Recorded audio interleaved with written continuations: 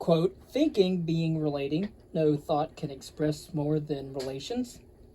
Intellect being framed simply by and for converse with phenomena involves us in nonsense when we try to use it for anything beyond phenomena.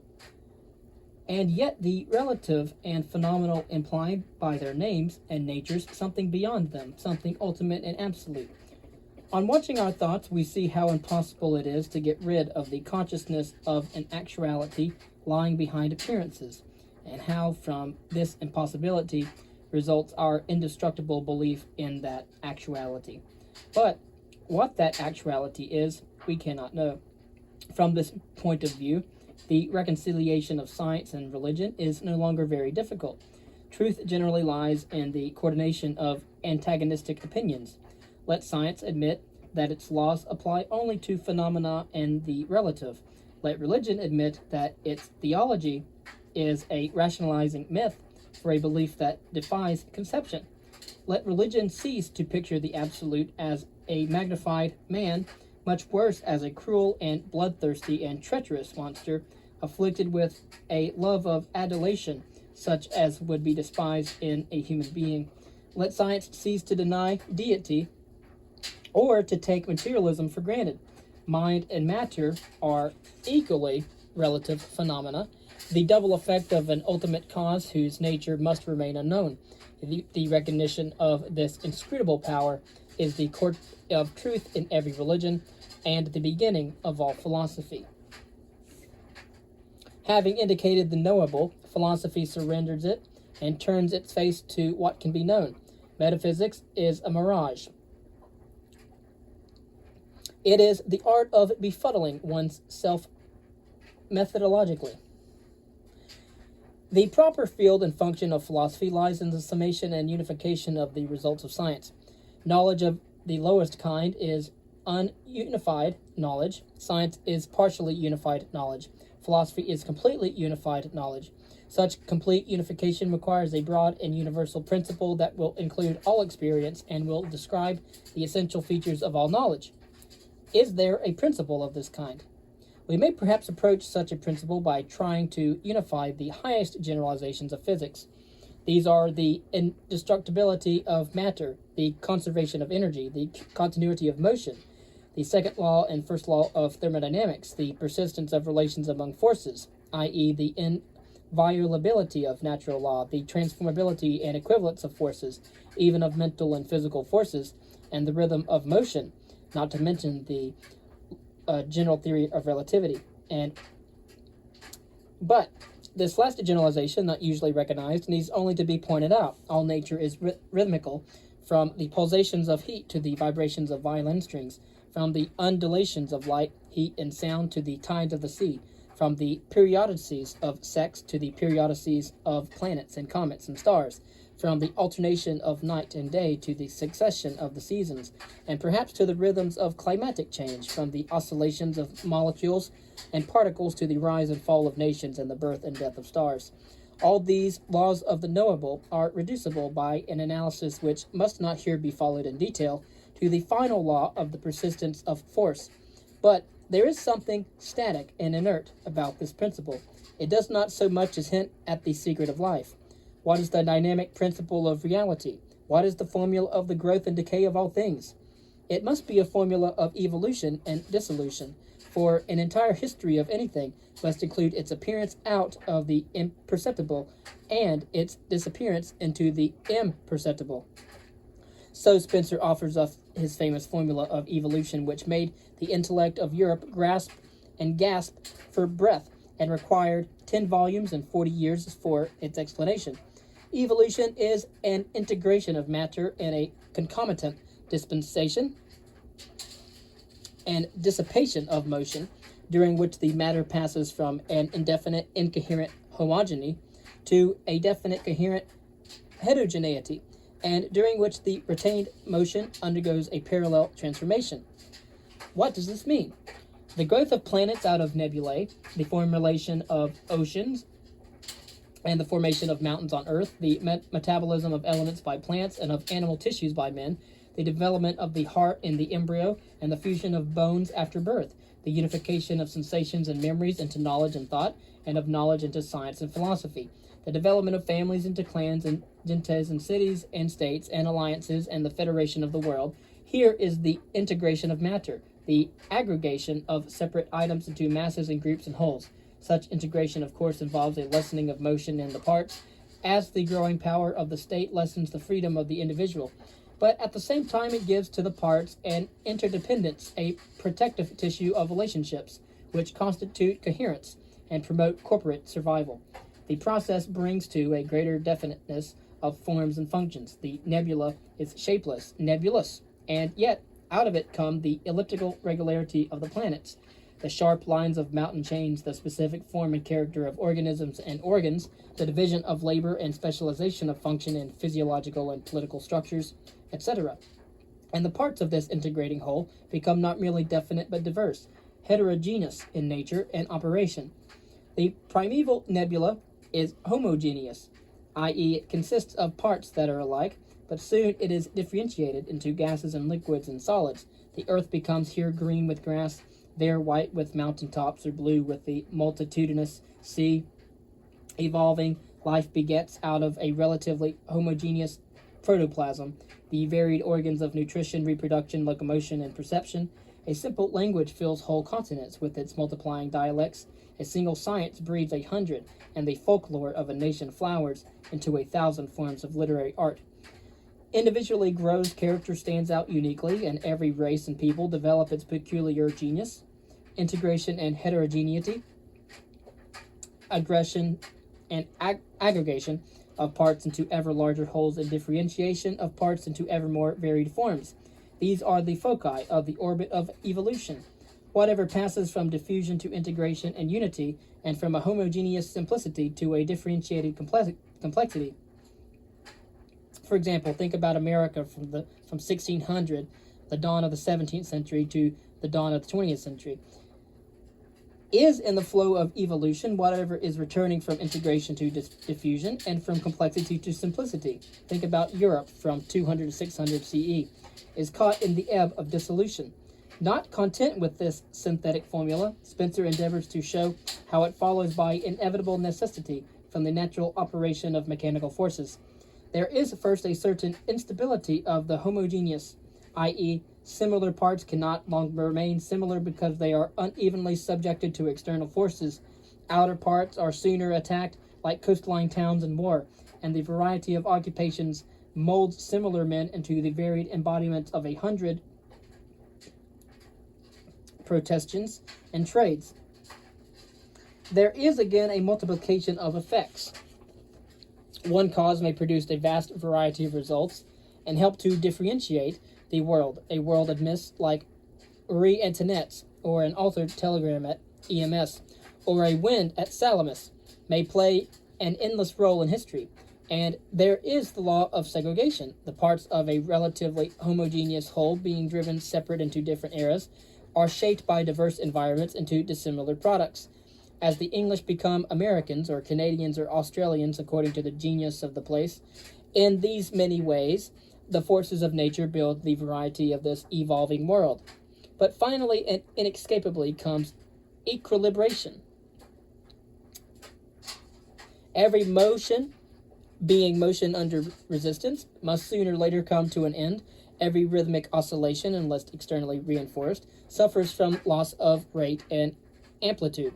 The planets ride through a lesser orbit, or will ride, than once they rode. The sun will shine less warmly and brightly as the centuries pass away. The friction of the tides will retard the rotation of the earth.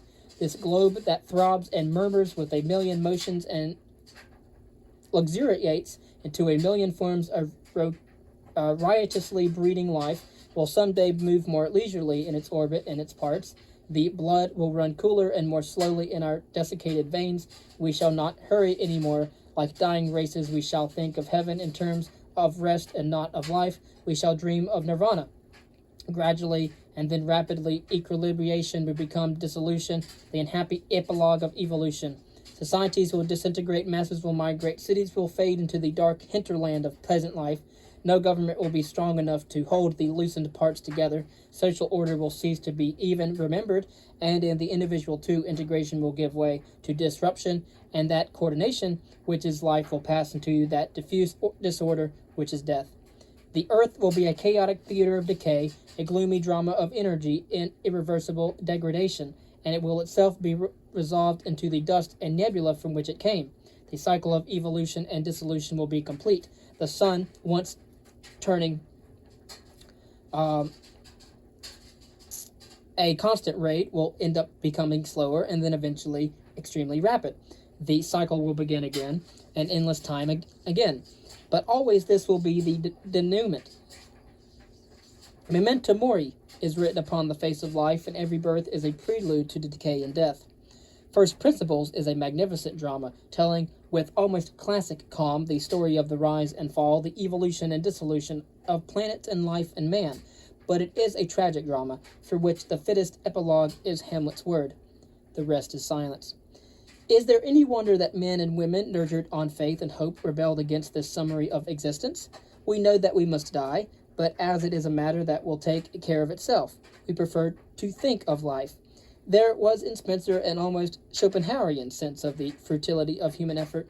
At the end of his triumphant career, he expressed his feelings that life was not worth living. He had the philosopher's disease of seeing so far ahead that all the little pleasant shapes and colors of existence passed under his nose unseen. He knew that people would not relish a philosophy whose last word was not God in heaven, but equilibration and dissolution, and in concluding his first part, he defended with unusual eloquence and fervor his right to speak the dark truth that he saw. Whoever hesitates to utter that which he thinks the highest truth, lest it should be too much in advance of the time, may reassure himself by looking at his acts from an impersonal point of view. Let him remember that opinion is the agency through which character adapts eternal arrangements to itself, and that his opinion rightly forms part of this agency. It is a unit of force constituting with other such units the general power which works out social changes, and he will perceive that he may properly give utterance to his innermost conviction, leaving it to produce what effect it may. It is not for nothing that he has in him these sympathies with some principles and repugnance to others. He, with all his capacities and aspirations and beliefs, is not an accident but a product of the time. While he is a descendant of the past, he is a parent of the future, and his thoughts are as children born to him, which he may not carelessly let die. Like every other man, he may properly consider himself as one of the myriad agencies through whom works are unknown. And when the unknown cause produces in him a certain belief, he is thereby authored to profess and act out that belief. Not as adventitious, therefore, will the wise man regard the faith that is in him. The highest truth he sees he will fearlessly utter, knowing that, let what may come of it, he is thus playing his right part in the world, knowing that if he can effect the change he aims at, well; if not, well also, though not so well. Biology, the evolution of life. The second and third volumes of the Synthetic Philosophy appeared in 1872 under the title Principles of Biology. They revealed the natural limitations of a philosopher invading a specialist's field, but they atoned for errors or detail by illuminating generalizations that gave a new unity and intelligibility to vast areas of biological fact. Spencer begins with a famous definition. Quote, "Life is the continuous adjustment of internal relations to external relations." End quote. The completeness of life depends on the completeness of this correspondence, and life is perfect when the correspondence is perfect. The correspondence is not a merely passive adaptation. What distinguishes life is the adjustment of internal relations in anticipation of a change in external relations, as when an animal crouches to avoid a blow, or a man makes a fire to warm his food. The defect of the definition lies not merely in its tendency to neglect the remolding activity of the organism upon the environment, but in its failure to explain what is the subtle power whereby an organism is enabled to make these prophetic adjustments that characterize vitality. In a chapter added to later editions, Herbert Spencer was forced to discuss the dynamic element in life and to admit that his definition had not really revealed the nature of life. we are obliged to confess that life in its essence cannot be conceived in physiochemical terms. He did not realize how damaging such an admission was to the unity and completeness of his system, to confess that life in its essence cannot be conceived in physico-chemical terms. As Spencer sees in the life of the individual an adjustment of internal to external relations, so he sees in the life of the species a remarkable adjustment of reproductive fertility to the conditions of its habitat. Reproduction arises originally as a readaptation of the nutritive surface to the nourished mass. The growth of an amoeba, for example, involves an increase of mass with much more rapid pace than the increase in the surface through which the mass must get its nourishment. Division, budding, spore formation, and sexual reproduction have this in common, that the ratio of mass to surface is reduced and the nutritive balance is restored. Hence, the growth of the individual organism beyond a certain point is dangerous, and normally growth gives way after a time to reproduction. On the average, growth varies inversely with the rate of energy expenditure, and the rate of reproduction varies inversely with the degree of growth. It is well known to breeders that if a filly is allowed to bear a foal, she is thereby prevented from reaching her proper size. As a converse fact, castrated animals, and notably cats, often become larger than their unmutilated associates. The rate of reproduction tends to fall as the development and capability of the individual progress. When from lowness of organization the ability to contend with external dangers is small, there must be great fertility to compensate for the consequent mortality. Otherwise the race must die out. When, on the contrary, high endowments give much capacity for self-preservation, a correspondingly low degree of fertility is requisite, lest the rate of multiplication should outrun the supply of food. In general, then, there is an opposition of individuation and genesis, or individual development and fertility. The rule holds for groups and species more regularly than for individuals. The more highly developed the species or the group, the lower will its birth rate be, but it holds for individuals too, on the average. For example, intellectual development seems hostile to fertility. Where exceptional fertility exists, there is sluggishness of mind, and where there has been during education excessive expenditure in mental action, there frequently follows a complete or partial infertility. Hence, the particular kind of further evolution which man is hereafter to undergo is one which, more than any other, may be expected to cause a decline in his power of reproduction. Philosophers are notorious for shirking parentage. In woman, on the other hand, the arrival of motherhood normally brings a diminution diminution of intellectual activity, and perhaps her shorter adolescence is due to her earlier sacrifice to reproduction. Despite this approximate adaptation of birth rate to the needs of group survival, the adaptation is never complete. And Malthus was right in his general principle that population tends to outrun the means of subsistence. From the beginning, this pressure of population has been the proximate cause of progress. It produced the original diffusion of the race. It compelled men to abandon predatory habits and take to agriculture. It led to the clearing of the earth's surface. It forced men into the social state and developed the social sentiments. It has stimulated to progressive improvements in production and to increased skill and intelligence. It is the chief cause of that struggle for existence through which the fittest are enabled to survive and through which the level of the race is raised. Whether the survival of the fittest is due chiefly to spontaneous, favorable variations, or to the partial inheritance of characters or capacities repeatedly acquired by the successive generations, is a question on which Spencer took no dogmatic stand. He accepted Darwin's theory gladly, but felt that there were facts which it could not explain, and which would have to be developed later, and which compelled a modified acceptance of Lamarckian views. He defended Lamarck with fine vigor in his controversy with Weismann, and pointed out certain defects in the Darwinian theory, pointing to a neo-Darwinian theory. In those days, Spencer stood almost alone on the side of Lamarck. It is of some interest to note that today the neo-Lamarckians included descendants of Darwin, while the greatest contemporary English biologist gives it as the view of present-day students of genetics that Darwin's particular theory, not of course the general theory of evolution, must be abandoned. Psychology, the evolution of mind. The 2 volumes on the Principles of Psychology, 1873, are the weakest links in Spencer's chain. Of course, there had been an earlier volume on the subject in 1855, a youthfully vigorous defense of materialism and determinism. But Age and Thought revised this into a milder form and padded it out with hundreds of pages of painstaking but unilluminating analysis. Here, even more than elsewhere, Spencer is rich in theories and poor in truths. He has a theory of the origin of nerves out of intercellular connective tissue, and a theory of the genesis of instinct by the compounding of reflexes and the transmission of acquired character, and a theory of the origin of mental categories out of the experience of the race, and a theory of transfigured realism, and 100 other theories that have all the obfuscating power of metaphysics rather than the clarifying virtue of a matter-of-fact psychology. In these volumes, we leave realistic England and go back to Kant.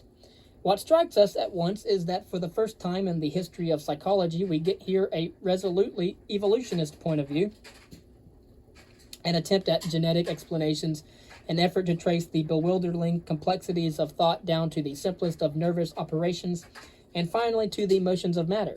It is true that this effort fails, but who has ever succeeded in such an attempt? Spencer sets out with a magnificent program for the unveiling of the processes whereby consciousness has been evolved, and in the end he is compelled to posit consciousness everywhere in order to evolve it. He insists that there has been one continuous evolution from nebula to mind, and at last confesses that matter is known only through mind. Perhaps the most significant paragraphs in these volumes are those in which the materialist philosophy is abandoned. Can the oscillation of a molecule be represented in consciousness side by side with a nervous shock, and the two be recognized as one? No effort enables us to assimilate them. That a unit of feeling has nothing in common with a unit of motion becomes more than ever manifest when we bring the two into juxtaposition, and the immediate verdict of consciousness thus given might be analytically justified, for it might be shown that the conception of an oscillating molecule is built out of many units of feeling, i.e., our knowledge of matter is built up out of units of mind, sensations and memories and ideas. Were we compelled to choose between the alternatives of translating mental phenomena into physical phenomena, or of translating physical phenomena into mental phenomena, the latter alternative would seem the more acceptable of the two. Nevertheless, there is, of course, an evolution of mind, a development of modes of response from simple to compound to complex, from reflex to tropism to instinct, through memory and imagination to intellect and reason. To the reader who can pass alive through these 1,400 pages of physiological and psychological analysis, there will come an overwhelming sense of the continuity of life and the continuity of mind, and he or she will see as on a retarded cinematograph the formation of nerves, the development of an adaptive reflex and instinct, and the production of consciousness and thought through the clash of conflicting impulses. Intelligence has neither distinct grades nor is it constituted by faculties that are truly independent, but its highest manifestations of it as an epiphenomenon are the effects of a complication that has arisen by insensible steps out of the simplest elements. There is no hiatus between the instinct and reason. Each is an adjustment of inner relations to outer relations, both instinct and reason, and the only difference is one of degree, insofar as the relations responded to by instinct are comparatively stereotyped and simple, while those met by reason are comparatively novel and complex. A rational action is simply an instinctive response which has survived in a struggle with other instinctive responses aroused by a situation. Deliberation is merely the interactive strife of rival impulses. At the bottom, reason and instinct, mind and life, are one. Will is an abstract term which we will give to the sum of our active impulses, and volition is the natural flow of an impeded idea into action. An idea is the first stage of an action, and action is the last stage of an idea. Similarly, an emotion is the first stage of an instinctive action, and the expression of the emotion is a useful prelude to the completed response. The baring of the teeth in anger gives a substantial hint that tearing of the enemy to pieces, which used to be the natural termination of such a beginning. Forms of thought like the perception of space and time, or the motions of quantity and cause, which Immanuel Kant supposed innate, are merely instinctive ways of thinking, and as instincts are habits acquired by the race but native to the individual, So these categories are mental habits slowly acquired in the course of evolution and now part of our intellectual heritage. All these age-long puzzles of psychology can be explained by the inheritance of continually accumulating modifications. It is, of course, just this all-pervading assumption that makes so much of these laborious volumes questionable and perhaps vain. So we have gone over biology, the evolution of life, to psychology, the evolution of mind, and now on to sociology, the evolution of society, before jumping over to ethics, the evolution of morals. With sociology, the verdict is quite different. These stout volumes, whose publication ranged over 20 years, are Spencer's masterpiece. They cover his favorite field and show him at his best in suggestive generalization in political philosophy. From his first book, Social Statics, to the last, The Principles of Sociology, over a stretch of almost half a century, his interest is predominantly in the problems of economics and government. He begins and ends, like Plato, with discourses on moral and political justice. No man, not even Comte, founder of the science and maker of the word sociology, has done so much for sociology. In a proper and popular introductory volume, The Study of Sociology, published in 1873, Spencer argues eloquently for the recognition and development of the new science. If determinism is correct in psychology, there must be regularities of cause and effect in social phenomena, and a thorough student of man and society will not be content with a merely chronological history, like Livy's, or with a biographical history, like Carlyle's. He will look in human history for those general lines of development, those causal sequences, those illuminating correlations which transform the wilderness of facts into the chart of science. What biography is to anthropology, history is to sociology. Of course, there are 1,000 obstacles that the study of society must yet overcome before it can deserve the name of science. The young study is harassed by a multitude of prejudices, personal, educational, theological, economic, political, national, religious, etc., and by the ready omniscience of the uninformed and ignorant. There is a story of the Frenchman who, having been 3 weeks here, proposed to write a book on England, who after 3 months found that he was not quite ready, and who after 3 years concluded that he knew nothing about it. Such a man was ripe to begin the study of sociology. This man was Herbert Spencer. Men prepared themselves with lifelong study before becoming authorities in physics or chemistry or biology, but in the field of social and political affairs, every grocery boy is an expert, knows the solution, and demands to be heard. Spencer's own preparation in this case was a model of intellectual conscience. He employed 3 secretaries to gather data for him and to classify the data in parallel columns, giving the domestic, ecclesiastical, professional, political, and industrial institutions of every significant people. At his own expense, he published these collections in 8 large volumes so that other students might verify or modify his conclusions, and the publication being unfinished at his death, he left part of his little savings to complete the undertaking. After 7 years of such preparation, the first volume of the Sociology appeared in 1876. Not until 1896 was the last one ready. When everything else of Spencer's had become a task for the antiquarian, these 3 volumes will still be rich in reward for every student of society. Nevertheless, the initial conception of the work is typical of Spencer's habit of rushing into generalizations. Society, he believes, is an organism having organs of nutrition, circulation, coordination, and reproduction, very much as in the case of individuals. It is true that in the individual's consciousness is localized, while in society each of the parts retains its own consciousness and its own will, but the centralization of government and authority tends to reduce the scope of this distinction. A social organism is like an individual organism in these essential traits: that it grows, that while growing it becomes more complex, that while becoming more complex its parts acquire increasing mutual dependence, that its life is immense in length compared with the lives of its component units, that in both cases there is increasing integration accompanied by increasing heterogeneity. Thus, the development of society liberally carries out the formula of evolution. The growing size of the political unit from family to state and league, the growing size of the economic unit from petty domestic industry to monopolies and cartels, the growing size of the population unit from villages to towns and cities and megacities. Surely these show a process of integration, while the division of labor, the multiplication of professions and trades, and the growing economic interdependence of city with country, and of nation with nation. Amply illustrate the development of coherence and differentiation. The same principle of the integration of the heterogeneous applies to every field of social phenomena, from religion and government to science and art. Religion is at first the worship of a multitude of gods and spirits, more or less alike in every nation, and the development of religion comes through the notion of a central and omnipotent deity subordinating the others and coordinating them into their hierarchy of special roles. The first gods were probably suggested by dreams and ghosts. The word spirit was and still is applied equally to ghosts and gods. The primitive mind believed that in death or sleep or trance, the ghost or spirit left the body.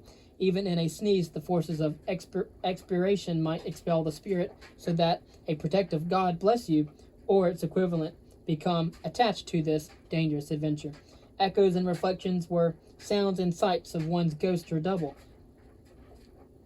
And many people refused to walk by a stream lest a crocodile should seize his shadow and consume it. God was at first only a permanently existing ghost.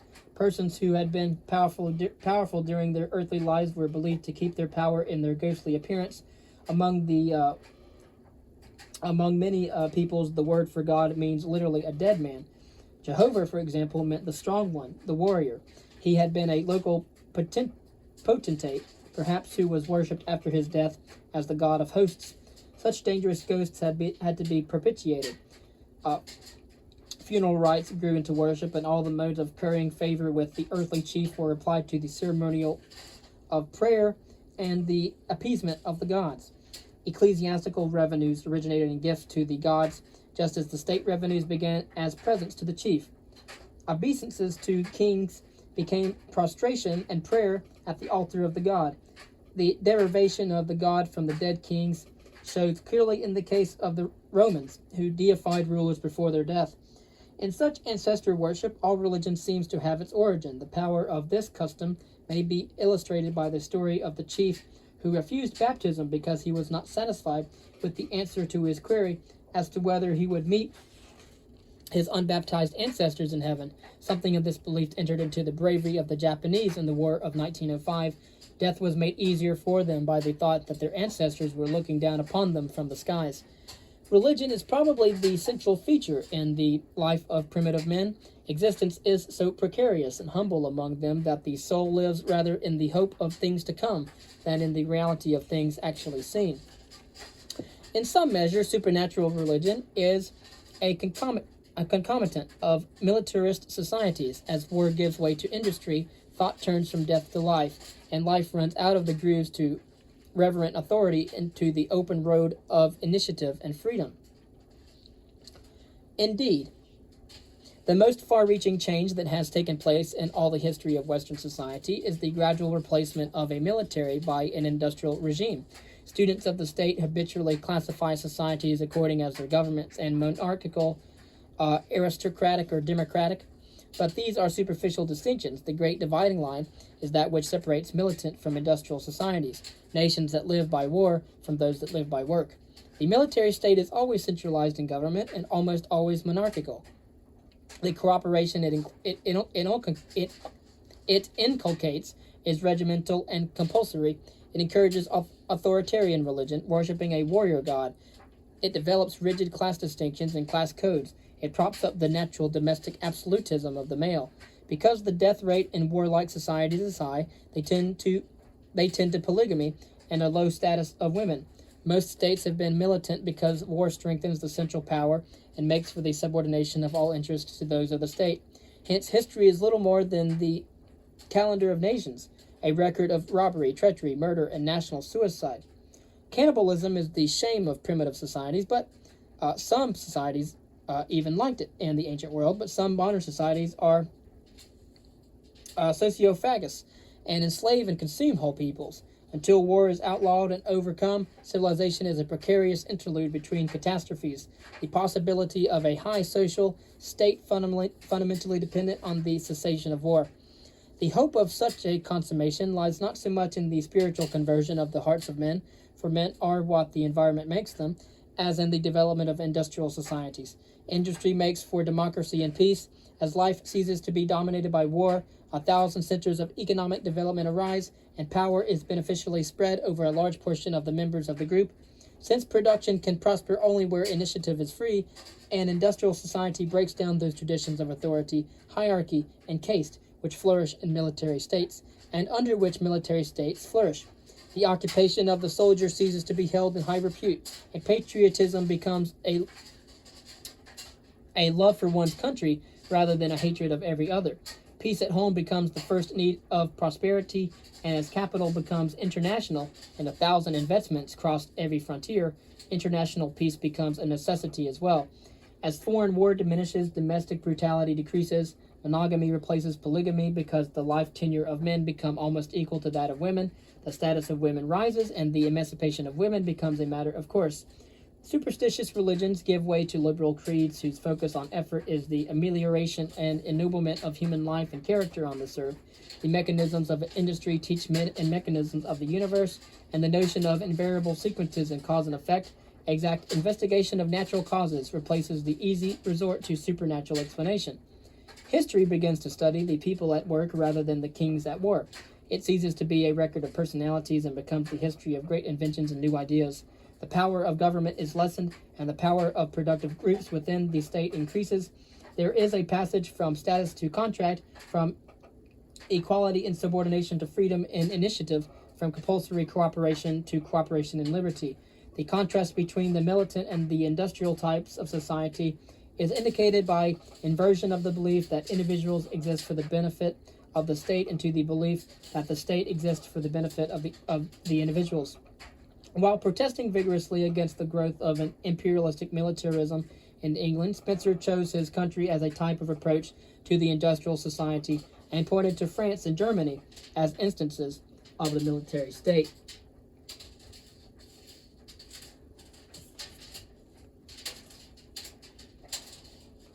From time to time, newspapers remind us of the competition between Germany and France in their military developments.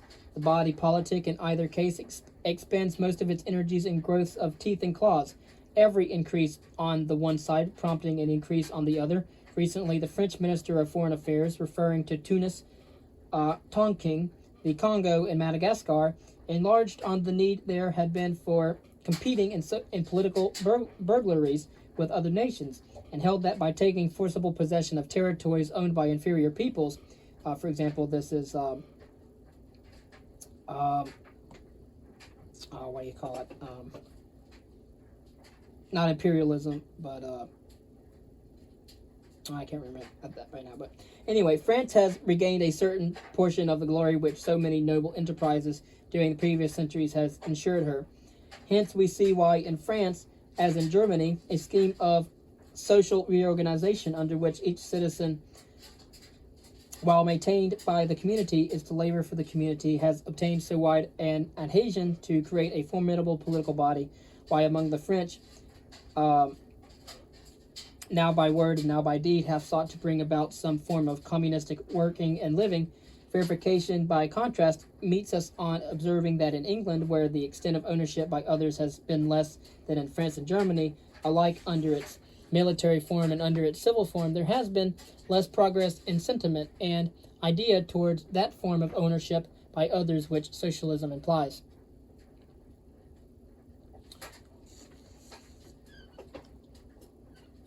As this passage indicates, Spencer believes that socialism is a derivative of the militant and feudal type of state and has no natural affiliation with industry.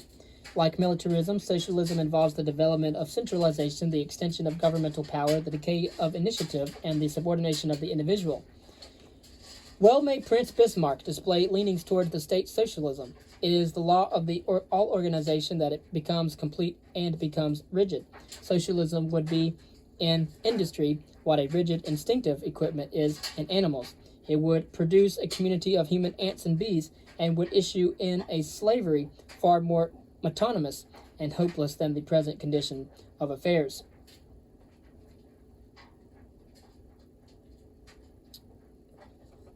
Under the compulsory arbitration which socialism would necessitate, the regulators pursuing their personal interests would not be met by the combined resistance of all workers, and their power unchecked as now by refusal to work save on prescribed terms would grow and ramify and consolidate until it became irresistible.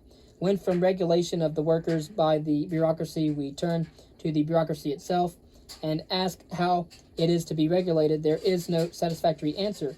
Under such conditions, there must arise a new aristocracy for the support of which the masses would toil, and which, being consolidated, would wield a power far beyond that of any past aristocracy. I do want to mention here that when Herbert Spencer was talking about France, saying that taking forcible possession of territories owned by inferior peoples, that is colonialism. When states take over other states just because they're helpless and powerful, and they do so from materialistic and militaristic standpoint. In any case, economic relationships are so different from political relationships and so much more complex that no government should regulate them all without such an enslaving bureaucracy. State interference always neglects some factor of the intricate industrial situation and has failed whenever tried. Note the wage-fixing laws of medieval England and the price-fixing laws of revolutionary France. Economic relations must be left to the automatic self-adjustment, imperfect though it may be, of supply and demand. What society most wants, it will pay for most heavily. And if certain men or certain functions receive great rewards, it is because they have taken or have involved exceptional risks or pains. Men, as now constituted, will not tolerate a compulsory equality until an automatically changed environment automatically changes human character. Legislation enacting artificial changes will be as futile as astrology. So Spencer was almost made sick by the thought of a world ruled by the wage-earning class. He was not enamored by the idea of trade union leaders so far as he could know them through the refractory medium of the London Times. He pointed out that strikes are useless unless most strikes fail, for if all workers should, at various times, strike and actually win, prices would presumably rise in accord with the raised wages, and the situation would be as before. We shall presently see the injustices once inflicted by the employing classes paralleled by the injustices inflicted by the employed classes. Nevertheless, his conclusions were not blindly conservative. He realized the chaos and brutality of the social system that surrounded him, and he looked about with evident eagerness to find a substitute. In the end, he gave his sympathies to the cooperative movement. He saw in this the culmination of that passage from status to contract in which Sir Henry Maine had found the essence of economic history. The regulation of labor becomes less coercive as society assumes a higher type. Here we reach a form in which the coerciveness has diminished to the smallest degree consistent with combined action. Each member is his own master in respect of the work that he or she does, and is subject only to such rules established by a majority of the members as are needful for maintaining order. The transition from the compulsory cooperation of militancy to the voluntary cooperation of industrialism is completed. He doubts if human beings are yet honest and competent enough to make so democratic a system of industry efficient, but he is all for trying. He foresees a time when industry will no longer be directed by absolute masters, and men and women will no longer sacrifice their lives in the production of rubbish. As the contrast between the militant and the industrial types is indicated by inversion of the belief that individuals exist for the benefit of the state into the belief that the state exists for the benefit of individuals. So the contrast between the industrial type and the type likely to be evolved from it is indicated by inversion of the belief that life is for work into the belief that work is for life. Ethics, the evolution of morals. So important does the problem of industrial reconstruction seem to Spencer that he devotes to it again the largest section of the Principles of Ethics, published in 1893. This last part of my task, to which I regard all the preceding parts, is subsidiary. As a man with all the moral severity of the mid-Victorian, Spencer was especially sensitive to the problem of finding a new and natural ethic to replace the moral code which had been associated with the traditional faith of theology.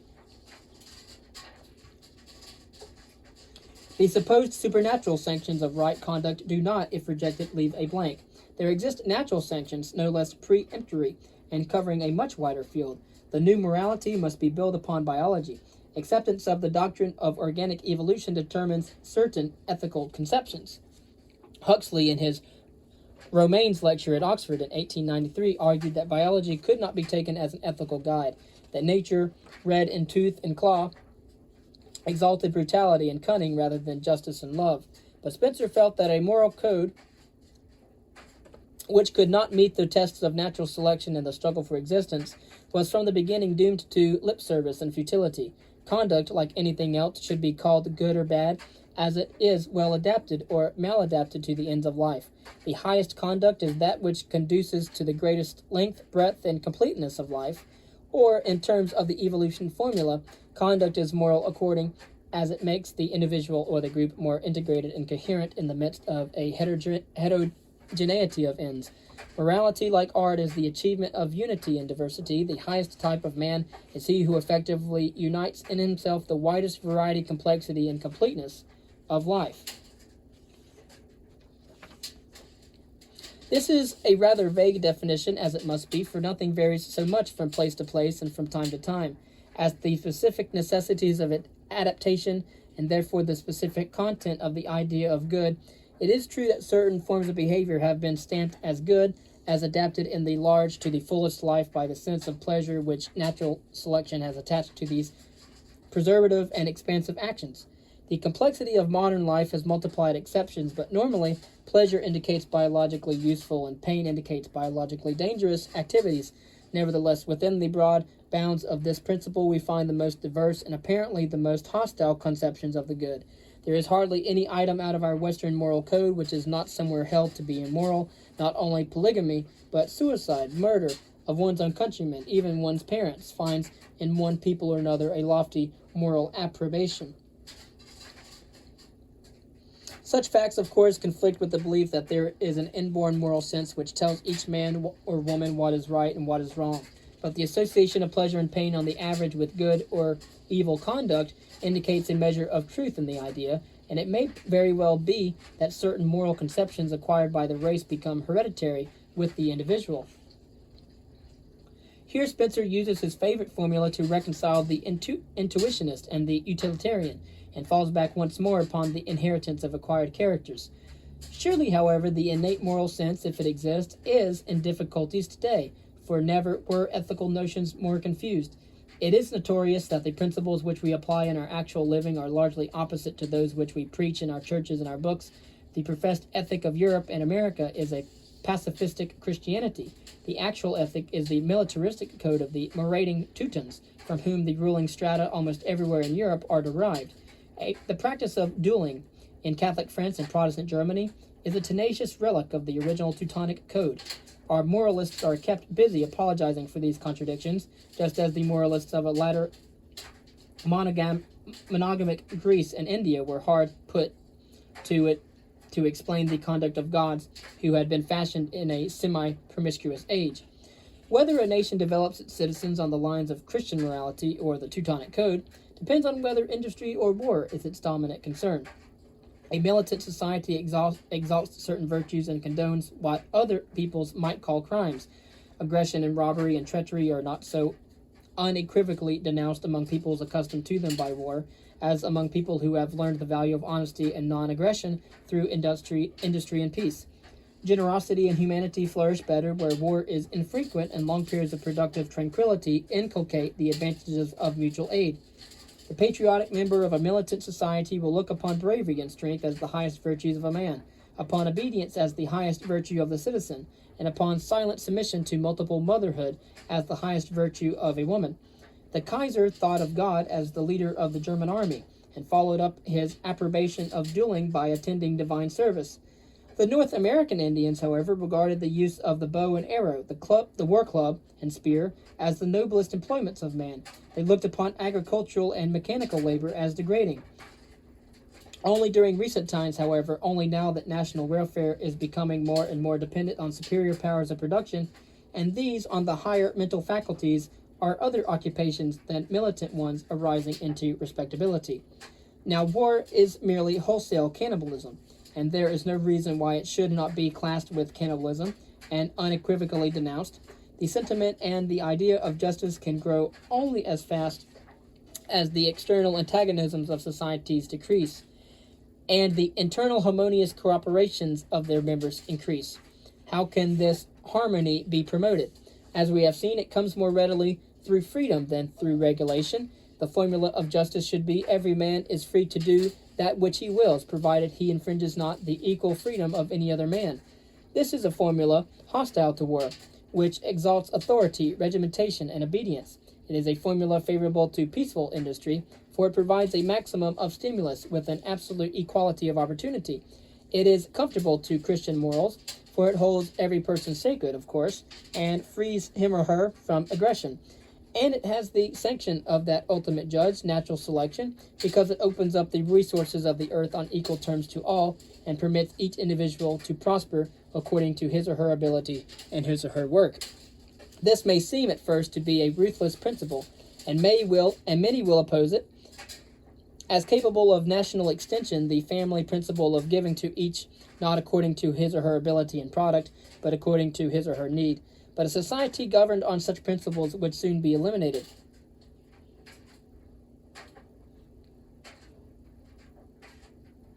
During immaturity, benefits received must be inversely proportionate to capacities possessed. Within the family group, most must be given where least is deserved, if desert is measured by worth. Contrariwise, the maturity is reached benefit, and it must vary directly as worth being measured by fitness to the conditions of existence. The ill-fitted must suffer the evils of unfitness, and the well-fitted profit by their fitness. There are two laws which a species must conform to if it is to be preserved. If among the young benefit were proportioned to efficiency, the species would disappear forthwith, and if among adults benefit were proportioned to inefficiency, the species would disappear by decay in a few generations. The only justification for the analogy between parent and child, and government and people, is the childishness of the people who entertain the analogy. Liberty contends with evolution for priority in Spencer's affections, and liberty wins. He thinks that as war decreases, the control of the individual by the state loses most of its excuse, and in a condition of permanent peace, the state would be reduced within Jeffersonian bounds, acting only to prevent breaches of equal freedom. Such justice should be administered without cost, so that wrongdoers might know that the poverty of their victims would not shield them from punishment, and all the expenses of the state should be met by direct taxation, lest the indivisibility of taxation should divert public attention from governmental extravagance.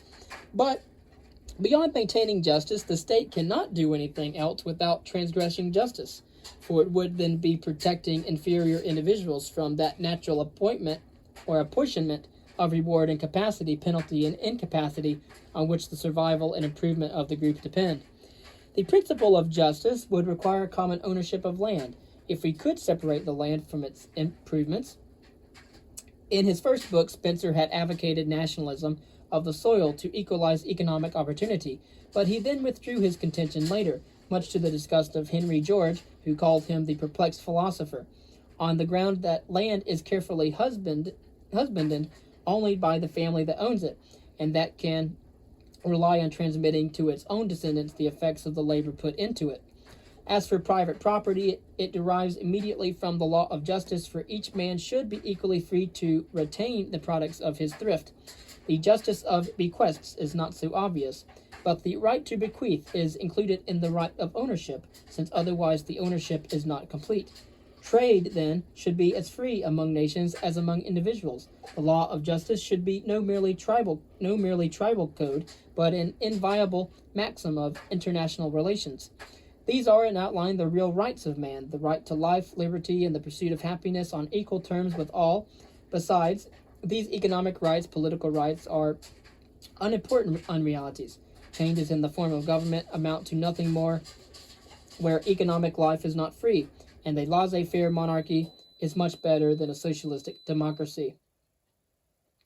Voting being simply a method of creating an appliance for the preservation of rights, the question is whether universality of votes conduces to creation of the best appliance for the preservation of rights.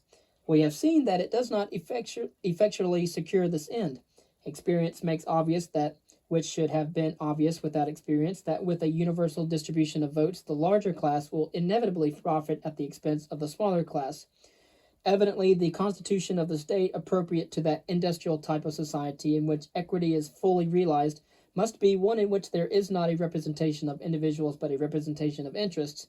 It may be that the industrial type, perhaps by the development of cooperative organizations which theoretically, though not at present practically, obliterate the distinction between employer and employed, may produce social arrangements under which antagonistic class interests will either not exist or will be so far mitigated as to not seriously complicate matters.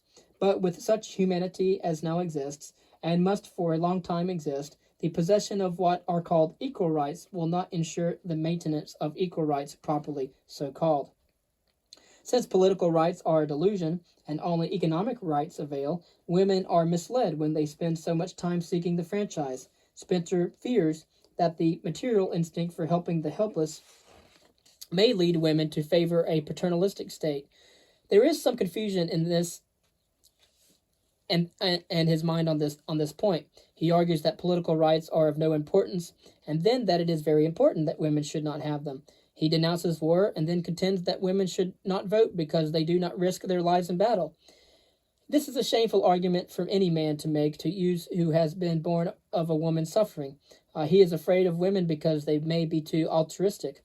And yet, the culminating conception of his book is that industry and peace will develop altruism to the point where it will balance egoism and so evolve the spontaneous order of a philosophic anarchism. The conflict of egoism and altruism, this word and something of this line of thought Spencer takes more or less unconsciously from Comte, results from the conflict of the individual with his family, his group, and his race. Presumably, egoism will remain dominant, but perhaps this is desirable. If everybody thought more of the interests of others than of his own, we should have a chaos of courtesies and retreats, and probably the pursuit of individual happiness within the limits prescribed by social conditions is the first requisite to the attainment of the greatest general happiness. What we may expect, however, is a great enlargement of the sphere of sympathy, a great development of the impulses to altruism.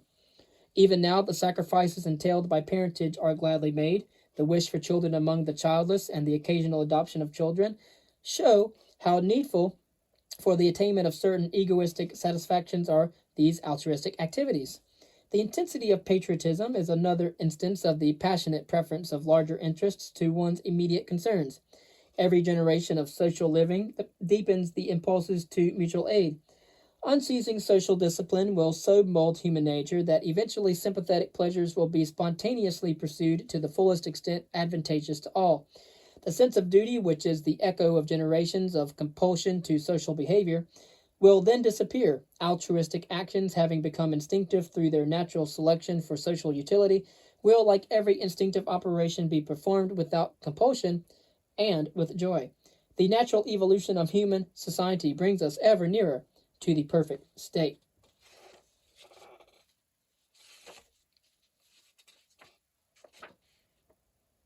And so, First Principles made Spencer almost at once the most famous philosopher of his time. It was soon translated into the most of the language of Europe, even in Russia, where it had to face and defeat a government prosecution. He was accepted as the philosophic exponent of the spirit of the age, and not only did his influence pass everywhere into the thought of Europe, but it strongly affected the realistic movement in literature and art. And so that he is classed by with a lot of other philosophers. Of course, not without several and many errors, of course, but I admire the full scale of his generalizations and his writing, as well as his actual strive and drive towards truth. Of course, we know now that the decay of his repute was part of the English Hegelian reaction against positivism. The revival of liberalism will raise him again to his place, though, as the greatest English philosopher of his century. He gave to philosophy a new contact with things and brought to it a realism which made German philosophy seem, beside it, weakly pale and timidly abstract. He summed up his age as no man had ever summed up any age since Dante, and he accomplished so masterly a coordination of so vast an area of knowledge that criticism is almost shamed into silence by his achievement. We are standing now on heights which his struggles and his labors won for us. We seem to be above him because he has raised us on his shoulders. Some day, when the sting of his opposition is forgotten, we shall do him better justice.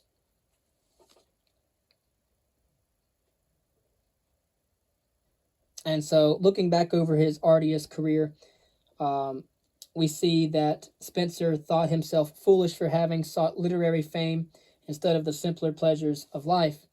But of course, when he died in the year 1903, he had come to think that his work had been done in vain.